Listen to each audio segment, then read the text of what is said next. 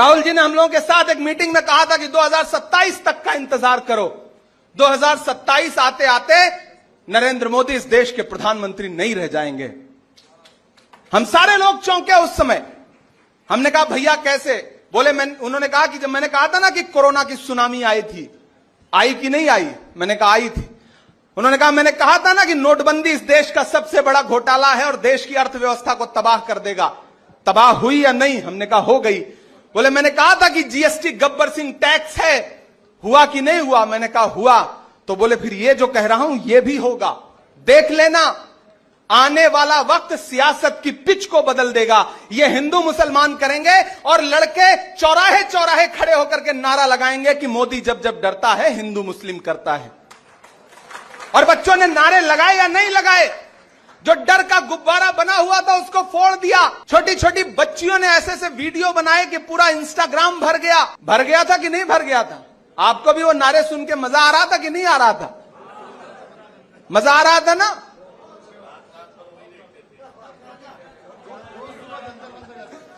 तो ये जो बात थी ना, वो भविष्यवाणी थी राहुल गांधी जी की, और हमने उसको देखा है।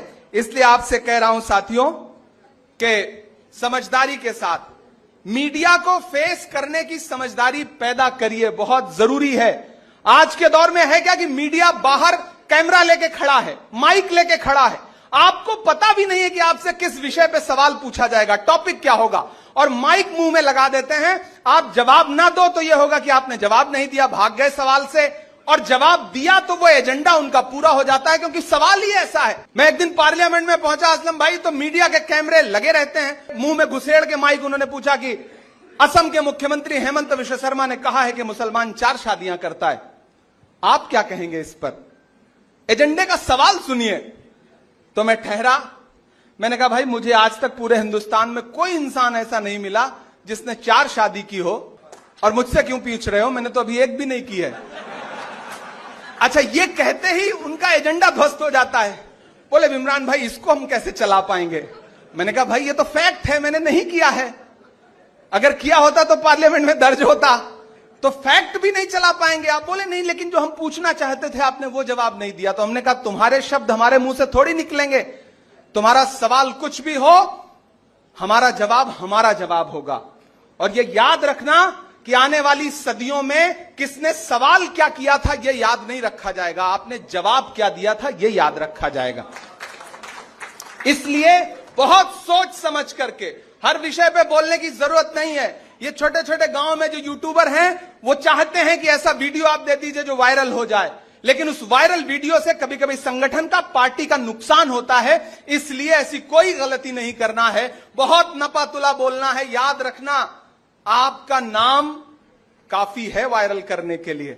इसलिए जब भी कुछ बोलो तो यह सोच के बोलो कि बाकियों की कॉपी अगर 100 नंबर में जचेगी तो आपकी कॉपी 500 नंबर में जचेगी। इसलिए उस हिसाब से जवाब देने की कोशिश करना, और लोगों को जोड़िए, मेजॉरिटी के लोगों को जोड़िए, अल्पसंख्यक समाज में जो बाकी लोग आते हैं उनको जोड़िए। जिस तस्वीर में एक पगड़ी दिखाई देती है उस तस्वीर के मायने बदल जाते हैं। एक जैन समाज का कोई साथी बैठा होता है तो उस तस्वीर के मायने बदल जाते हैं। यह ऑप्टिक्स और नैरेटिव का जमाना है। इस ऑप्टिक्स और नैरेटिव को समझ के आगे बढ़ेंगे तो कोई आपको रोक नहीं पाएगा।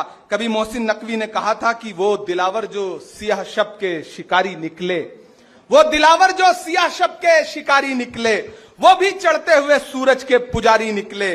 सबके होठों पे मेरे बाद हैं मेरी बातें, मेरे दुश्मन मेरे लफ्जों के भिखारी निकले। मेरे दुश्मन मेरे लफ्जों के भिखारी निकले।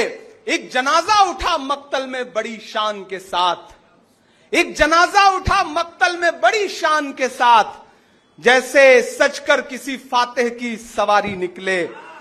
और हमको हर दौर की गर्दिश ने सलामी दी है, हम वो पत्थर हैं जो हर दौर में भारी निकले।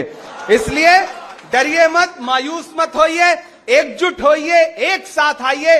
कांग्रेस पार्टी ही है जो इस देश में संविधान बचा सकती है, लोकतंत्र बचा सकती है। और दुनिया के किसी भी देश में जब भी लोकतंत्र कमजोर होगा, सबसे पहली चोट जो पड़ेगी वो अल्पसंख्यकों को पड़ेगी। इसलिए जमहूरियत कैसे मजबूत रहे, आईन कैसे मजबूत रहे, वो आईन जिसके लिए डॉक्टर बाबा साहब अंबेडकर ने, मौलाना आजाद ने, पंडित नेहरू ने, महात्मा गांधी ने जो सपने बुने थे, उन सपनों को समाहित करता हुआ जो संविधान है वो कैसे बचेगा, उसकी प्रस्तावना कैसे बचेगी, उसकी जद्दोजहद करिए। एक बार फिर से आप सभी साथियों का बहुत शुक्रिया अदा करूंगा। और 22 तारीख को जो राहुल गांधी जी का कार्यक्रम है वो कैसे सफल से सफल, मतलब पूरे देश में अब तक जितने छात्रों की गूंज का कार्यक्रम हुआ है, राहुल जी को भी भरोसा है कि पुणे का कार्यक्रम उससे कई 100 गुना ज्यादा सफल होगा, क्योंकि उन्हें पुणे पे भरोसा है, महाराष्ट्र कांग्रेस पे भरोसा है और यहां के स्टूडेंट्स पे भरोसा है। तो एक बार फिर से आप सभी साथियों का बहुत शुक्रिया अदा करूंगा।